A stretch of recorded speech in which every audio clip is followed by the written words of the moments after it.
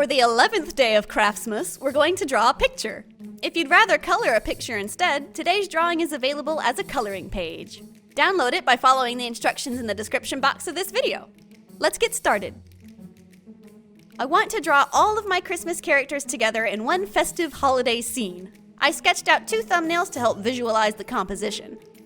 I think I like the first one better. Let's go with that.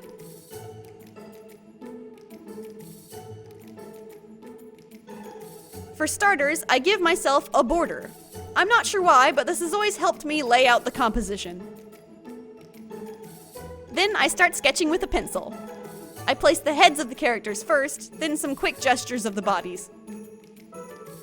Drawing a scene with multiple characters interacting can be tricky, so I spend a long time on this stage trying to make things look natural.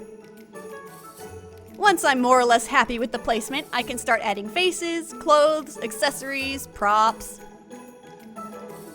I had my dolls standing on a desk nearby for reference. Even though I made them myself, it can be hard to remember all the details. That looks pretty good. Here's a helpful trick. Take a photo of the drawing and flip it. Our eyes get used to seeing the drawing one way, so if you reverse it, suddenly things like wonky eyes and offset noses become clear to you. It's a quick and easy way to analyze your drawing for mistakes. If everything checks out, you can move on to the inking stage. I'm using several sizes of micron pens this time.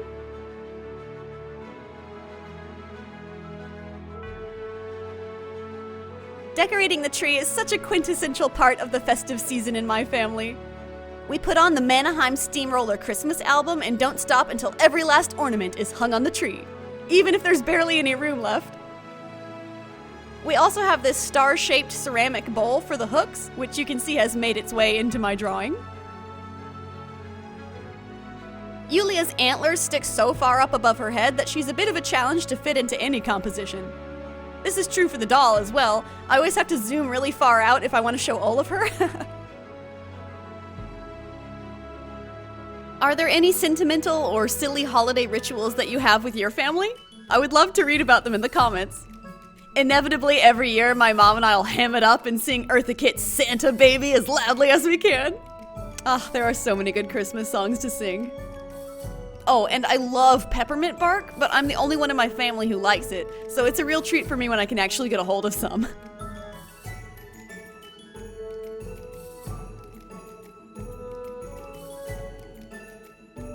The basic line work is done, so I erase the pencil. I should really learn to sketch more lightly, but I'm naturally heavy-handed. With all the lines the same width, the drawing looks too busy and complicated. I like to pick out each character's outline with a thicker pen to help separate the elements.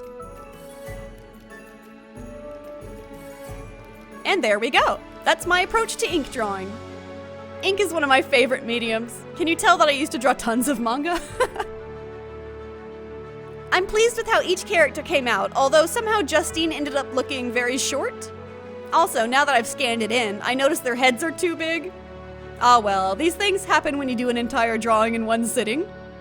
Let me introduce you to an artist's best friend, the Liquify tool in Photoshop. Let's just shrink these heads down a little. There we go. Now it's perfect. If you've followed me for a while, you may recognize these characters from Christmases past. Yulia, Noelle, Justine, but who's that character in the middle? Don't recognize her?